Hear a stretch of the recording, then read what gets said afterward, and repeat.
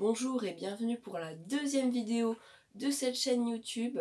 Donc aujourd'hui, vous voyez, on n'a pas notre fond habituel. Je suis en vacances, donc je suis loin de Bordeaux. Donc on va regarder aujourd'hui ce que j'ai trouvé en brocante. Donc il y en a une petite partie ici et là aussi. Donc on va le regarder en brocante en supermarché, ne l'oublions pas aussi. Donc c'est maintenant. Donc pour commencer les trouvailles, donc j'ai fait un petit lot en brocante. Donc la première voiture, je vous la mets juste ici. Donc si je ne vous dis pas, vous aurez peut-être un peu de mal. Donc on est dans les années 70 à mort là. Donc c'est une Jeep, donc incompréhensible, donc même la marque est incompréhensible. Donc Sport Car, ça n'existe pas. Donc ça n'existe pas, ce n'est pas une vraie Jeep on va dire. Ils n'avaient pas la licence Jeep, c'est des jouets hongkongais qui étaient de Hong Kong, pardon, je ne sais pas si on dit hongkongais. Alors qui ont été importés partout dans le monde, donc surtout en France. Donc vous voyez, on a une petite Nissan de ces années-là au-dessus. Donc on ne comprend pas, c'est assez mal fait honnêtement. On ne comprend pas pourquoi ce n'est pas référencé Jeep. Donc c'est parce que pour avoir une licence, pour qu'une marque de jouets puisse avoir une licence et faire des jouets de cette licence, ça coûte assez cher. Donc on voit des roues assez mal faites, vous voyez. On distingue une petite calandre de Jeep. Bon, il y a écrit 4x4 sur le capot. Donc c'est une Jeep, mais ils n'avaient pas le droit de la faire. Donc un très beau wattage. Et on passe tout de suite à la deuxième. Donc un peu moins beau honnêtement, moi j'aime moins ça. Une typo terrible des années 70-80. Voilà, une petite Formule 1, je ne saurais pas dire ce que c'est. Voilà. Allez, on passe au troisième. Je pense que j'ai voilà une autre Formule 1 de la même gamme. Voilà, qui est un peu plus sympa en vert avec ce petit autocollant. Voilà, toujours rien derrière. Ah donc, encore une Formule 1. Ça va bientôt s'arrêter les Formule 1, moi j'aime pas trop. Donc voilà, pour cette Formule 1, boîtage un peu moins sympa que les autres. Allez, on passe tout de suite au cinquième modèle. Donc, déjà plus sympa. Voilà, un petit van avec la boîte terrible, hein, avec écrit USA. Voilà, petit van sympa, années 70, à mort comme d'hab. Donc, encore sur cette série, le même, un Chevrolet, je pense, je dirais. Voilà, avec une tête de mort, un peu rigolo, toujours. Allez, et toujours sur cette série, qu'américain mort, assez mal fait comme tout, hein. Voilà, un petit tracteur américain. Voilà. Après, encore de l'Amérique, hein. Donc j'adore le boîtage, hein. Vraiment, j'adore ce boîtage. Un petit Ford, oui, je pense, ou Chevrolet. Ouais, peut-être plus Chevrolet. Le boîtage terrible. Voilà, toujours assez mal fait. Allez, alors ça, je trouve assez sympa. Donc, je reconnais le modèle, mais je suis incapable de vous dire le modèle exact, le nom du modèle, excusez-moi. Faut demander à la maison de la petite voiture. Turbo 2000, c'est un peu incompréhensible, mais ça nous fait penser à K2000, c'est un peu rigolo.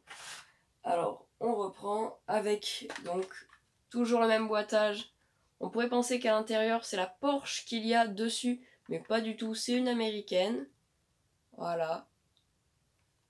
Toujours assez mal fait, c'est assez incompréhensible, on a une Porsche sur le boîtage. C'est un peu comme avec la Datsun, hein. C'est pas du tout la même voiture à l'intérieur. Donc voilà, une autre voiture un peu de course américaine, bien sympa. Allez, un petit coffret. Bon, le boîtage est pas terrible. Pardon. Donc pour les plus connaisseurs, ils auront reconnu. Donc c'est une Type E, petite Ferrari, voilà, et une Jeep. Donc le coffret classique. J'aime un peu moins le blister avec le rose sur les côtés, j'aime pas trop. Alors, on passe au dernier et pour moi le meilleur. Donc ça vous paraîtra banal, hein. Donc on y est un petit camion donc purement américain, on reconnaît tous le Ford le tracteur Ford. Mais ce qui va vous interpeller le plus peut-être c'est la remorque, surtout l'arrière de cette remorque. Donc moi honnêtement je l'avais pas reconnu tout de suite, c'est après que je me suis dit mais oui c'est ça. Donc vous reconnaîtrez peut-être pour les collectionneurs de majorettes une remorque maraîcher des années 70. Et oui, c'est la copie de cette remorque. Donc c'est souvent, la plupart du temps, des moules refaits, un peu exprès mal pour pas qu'on reconnaisse trop le véhicule. Mais comme ça, ce n'est pas une marque et ni un véhicule, c'est le moule de la remorque maraîcher majorette. Voilà. L'intérieur. Donc c'est hyper rigolo, je trouve, d'avoir des copies en fait de majorettes de ces époques-là. C'est vraiment les époques majorettes. Et on a des copies de ces majorettes. Je trouve ça très rigolo. Allez, on passe tout de suite à autre chose. Donc un modèle un peu sympa, on passe dans le Matchbox. Une jolie petite trouvaille. Donc un camion de banque avec une vraie publicité de banque, c'est pas courant. Il a une petite particularité, certains collectionneurs l'auront deviné. Voilà, donc on a un code à l'arrière. Donc c'est un coffre-fort, un réel coffre-fort. Vous voyez le dessous, oh la porte s'est ouverte. Vous avez, pour pas l'oublier, le code dessous. Donc sur le dessus, on a en fait c'est une tirelire, oui effectivement. Une tirelire, donc à l'intérieur vous le voyez, le code a été tapé, on peut l'ouvrir. Donc voilà, une petite rambarde. Et si je mélange les chiffres, vous le voyez, impossible de l'ouvrir. Il est fermé. Ah, je trouve ça assez rigolo. Donc on est dans le 70 à mort, pareil, hein, c'est vraiment une boîte des années 70. Alors j'ai la date dessous, 78, hein, donc fin d'année 70. Oui, les Matchbox classiques. On en présentera dans cette chaîne, hein. On en présentera bientôt, je pense. Voilà, un très beau petit modèle. Alors d'origine, c'est triste, mais ça y est très rarement. Normalement, il y a un personnage.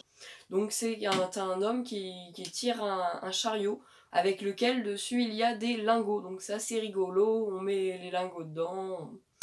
C'est assez rigolo. Donc on arrive sur cette fin de vidéo. Donc je pense que bientôt on aura une vidéo pêche à l'aimant qui va arriver. J'ai repéré 2-3 spots un peu sympas ici. Un puits peut-être et une mare et des ponts. Donc on va se les faire. Encore une petite dédicace, vous vous abonnez à Maison de la Petite Voiture. Je vous en ai déjà parlé dans ma dernière vidéo. On fait à peu près la même chose, sauf qu'il le fait bien mieux que moi, hein. Donc lui, il trouve toutes les nouveautés, c'est une super chaîne, vous allez vous y abonner, c'est gratuit, ça ne coûte rien, ça nous envoie de la force à tous. N'hésitez pas aussi à s'abonner à ma chaîne YouTube et à vous abonner en prévision de la petite vidéo pêche à l'aimant qui arrive, à Pêcheurs de Trésors. Si vous aimez la pêche à l'aimant, que vous voulez découvrir la pêche à l'aimant, c'est la chaîne YouTube. Ils font très bien ce qu'ils font, ils font de la pêche à l'aimant avec des beaux magnétars. Ils le font très bien, ils sortent des bonnes choses, des coffres forts, des vélos et j'en passe.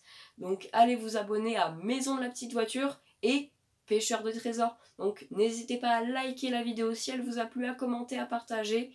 Et à plus pour une prochaine vidéo de trouvailles.